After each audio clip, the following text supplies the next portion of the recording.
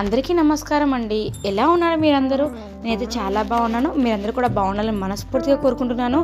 మరొక పుణ్యక్షేత్రంతో అయితే మేము ముందుకు వచ్చేసాను. ఈ తమిళనాడులో ఉన్న తిరుచెందూర్ ఆలయం. ఈ ఆలయంలో కుమారస్వామి, అదేనండి సుబ్రహ్మణ్యేశ్వర స్వామి బాలుని రూపంలో కొలువై ఉంటాడు. కుమారస్వామికి సంబంధించి 6 ప్రసిద్ధ పుణ్యక్షేత్రాలు ఉన్నాయి తమిళనాడు రాష్ట్రంలో. అంతేకాదు కుమారస్వామికి సంబంధించి ఎన్నో పురాణ గాథలు, మహిమలు ఈ ప్రాంతంతో ముడిపడి ఉన్నాయి. అందుకే సుబ్రహ్మణ్యేశ్వర స్వామిని ఇక్కడ ప్రజలు అత్యంత భక్తి శ్రద్ధలతో కొలుస్తారు. కుమారస్వామికి సంబంధించిన 6 క్షేత్రాలలో 5 క్షేత్రాలు పర్వత ప్రాంతంపై ఉంటే ఒక క్షేత్రం మాత్రం సముద్ర తీరంలో ఉంటుంది. ఆ క్షేత్రమే తమిళనాడులోని తిరుచెందూర్. ఇది 6 షణ్ముఖ క్షేత్రాలలో మొదటిది. హిందువులు తప్పక సందర్శించాల్సిన అద్భుతమైన క్షేత్రాలలో కూడా ఇదొకటి. లోపల ఎలాగో మనకైతే ఫోన్ ఎలవ్ లేదు కాబట్టి నేను బయట నుంచే కొంచెం వీడియో తీశాను. మీకు ఫొటోస్ అలాగే వీడియోస్ రూపంలో ఆలయ చరిత్ర ఏంటి, దానికి ఉన్న మహిమ ఏంటి అని తెలియజేస్తాను. వీడియో అయితే పూర్తిగా చూడండి. నచ్చితే లైక్ చేయండి, సబ్స్క్రైబ్ చేసుకోండి. పక్కనే బెల్ ఐకాన్ ఉంది కదా, అది క్లిక్ చేస్తే నేను వీడియో అప్లోడ్ చేసిన వెంటనే నోటిఫికేషన్ మీ వరకు ఈజీగా వచ్చేస్తుంది. నా పేరు శ్రావణి, మీరు చూస్తున్నారు అంతా శివహోం ఛానల్. తిరుచెందూరులో ఉన్న సుబ్రహ్మణ్యేశ్వర స్వామి మహిమేంటి, అక్కడ ఎలా కొలువు తీరాడో అనేది ఇప్పుడు తెలుసుకుందాం. ముల్లోకాలను ఇబ్బందులకు గురి చేసే తారకాసురుడు, సురపద్మం అనే రాక్షసులను వధించేందుకు కుమారస్వామి వెతుకుతూ ఉంటాడు. వారిని సంహరించే ముందు ఆయన ఈ క్షేత్రంలో విడిది చేసి పరమశివుని పూజించినట్లు చెబుతారు. కుమారస్వామి తారకాసురుని వధించిన తర్వాత సురపద్మం అనే రాక్షసుడు ఈ క్షేత్రంలోనే ఒక మర్రి చెట్టు రూపంలో దాక్కుంటాడు. దీంతో కుమారస్వామి తన ఆయుధంతో ఆ మర్రి చెట్టును 2 ముక్కలు చేసి ఆ రాక్షసుని సంహరిస్తాడు. చివరి క్షణాల్లో ఆ అసురుడి కోరిక మేరకు మర్రి చెట్టు 2 భాగాల నుండి ఏర్పడిన నెమలిని, కోడిని సుబ్రహ్మణ్యేశ్వరుడు తన వాహనాలుగా స్వీకరిస్తాడు. అనంతరం భక్తులను అనుగ్రహించేందుకు ఆయన ఇక్కడే కొలువై ఉన్నాడని చెబుతారు. తిరుచెందూరులోని సుబ్రహ్మణ్యేశ్వర స్వామి విగ్రహాన్ని ఎంతో శక్తివంతమైనదిగా చెబుతారు.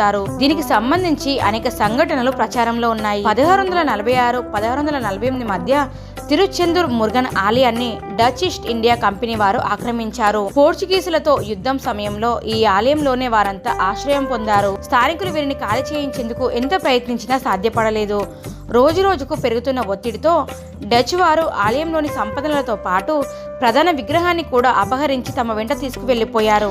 విగ్రహంతో కలిసి సముద్ర మార్గం గుండా వెళ్తున్న సమయంలో పెద్ద తుఫాను ఏర్పడి వారిని భయభ్రాంతులకు గురి చేసింది. ఇదంతా ఆ విగ్రహం వల్లనే అని భావించి వారు దాని సముద్రంలోనే వదిలేస్తారు. దీంతో తుఫాను ప్రభావం తగ్గుతుంది.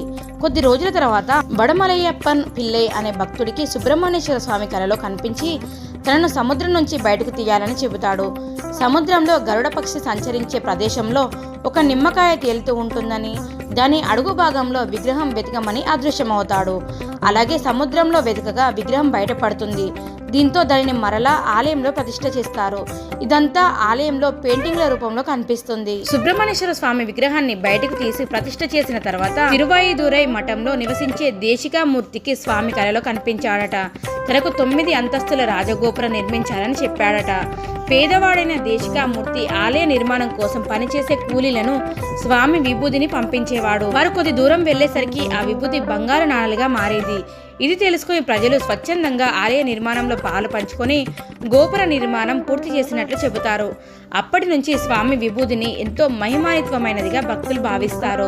దీనిని నుదుట ధరించడం వల్ల, ఇంట్లో ఉంచుకోవడం వల్ల ఆపదలు, అనారోగ్యాలు దూరం అవుతాయని నమ్మకం. 2004లో డిసెంబర్ 26న తమిళనాడులో సంభవించిన సునామీ గురించి అందరికీ తెలిసింది. సముద్ర తీరానికి కొన్ని మైళ్ళ వరకు అన్ని ప్రదేశాలు తుడిచిపెట్టుకుపోయాయి.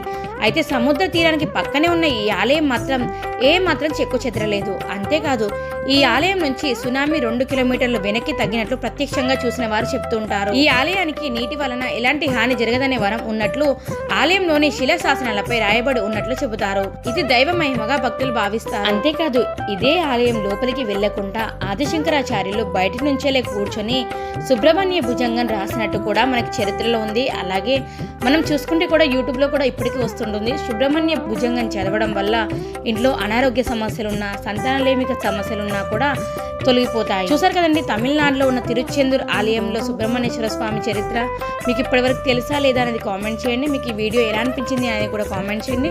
వీడియో నచ్చితే మాత్రం తప్పకుండా లైక్ చేయండి, షేర్ చేయండి. ఎవరైనా కొత్తగా మన ఛానల్ని చూస్తుంటే మాత్రం తప్పకుండా సబ్స్క్రైబ్ చేసుకోండి. పక్కనే బెల్ ఐకాన్ ఉంది కదా, అది క్లిక్ చేస్తే నేను వీడియో అప్లోడ్ చేసిన వెంటనే నోటిఫికేషన్ మీ వరకు ఈజీగా వచ్చేస్తుంది.